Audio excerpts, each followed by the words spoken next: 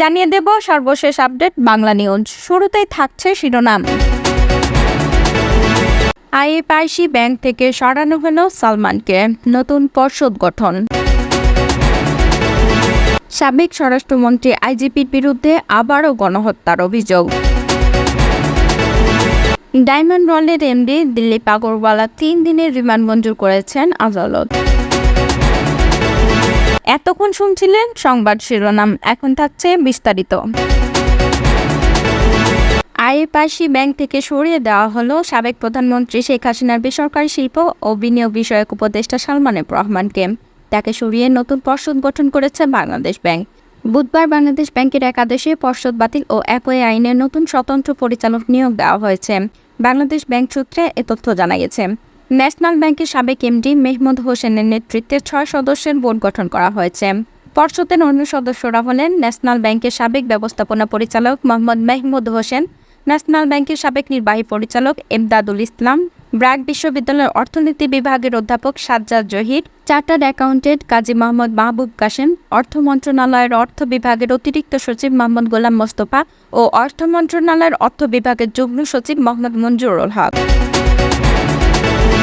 সরকার পতনের আন্দোলনে নৌবাহিনী কলেজের একাদশ শ্রেণীর শিক্ষার্থী গোলাম নাফিজের মৃত্যু ঘটনায় সাবেক স্বরাষ্ট্রমন্ত্রী আসাদুজ্জামান খান কামাল ও 4 পুলিশ কর্মকর্তার বিরুদ্ধে গণহত্যা ও মানবতা বিরোধী অপরাধের লিখিত অভিযোগ করা হয়েছে। আন্তর্জাতিক অপরাধ ট্রাইব্যুনালের তদন্ত সংস্থায় আইনজীবীর মাধ্যমে গতকাল মঙ্গলবার এ অভিযোগ দেন গোলাম নাফিজের বাবা মোহাম্মদ গোলাম রহমান।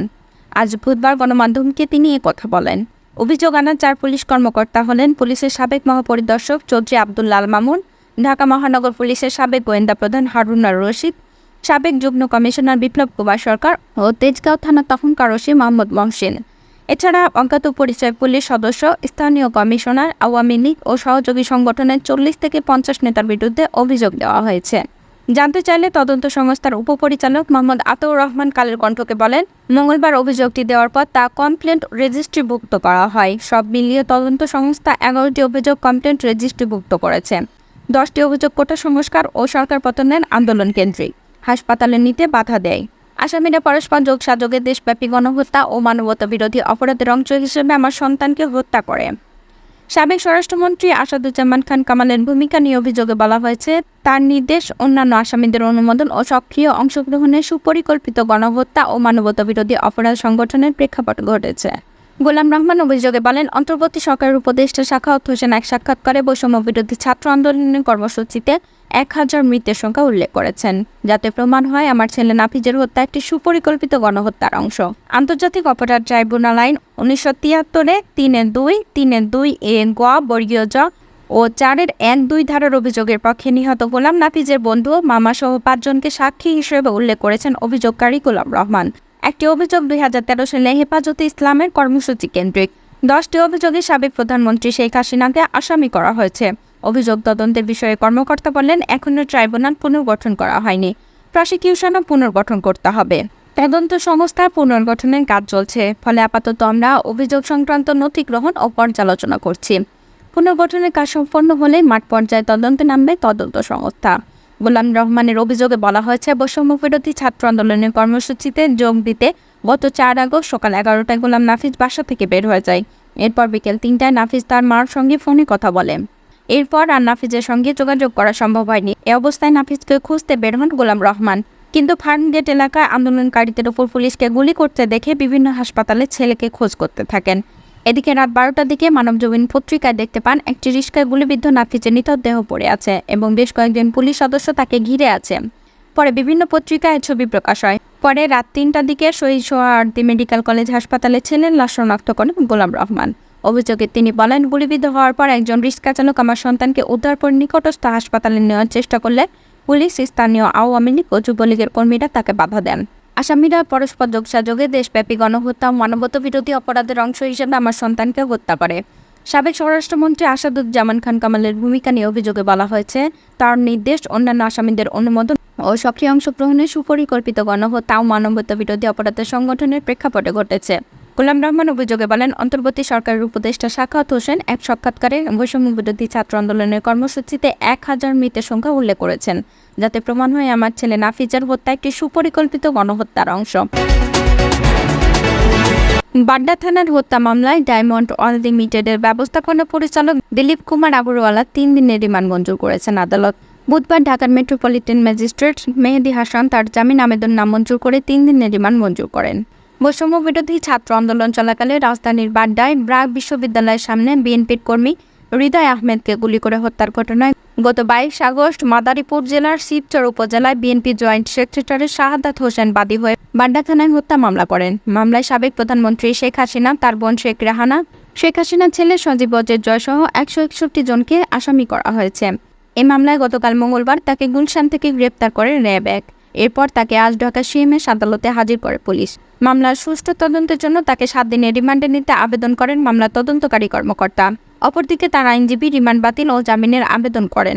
উভয় পক্ষের শুনানি শেষে ঢাকার মেট্রোপলিটন ম্যাজিস্ট্রেট মেহেদী হাসান তার জামিন আবেদন নামঞ্জুর করে 3 দিনের রিমান্ড মঞ্জুর করেছেন। ছাত্র জনতার আন্দোলনে যারা শহীদ হয়েছেন তাদের তালিকা হচ্ছে। এখন পর্যন্ত 800 জনের নাম পাওয়া গেছে বলে জানিয়েছেন তথ্য উপদেষ্টা নাহিদ ইসলাম।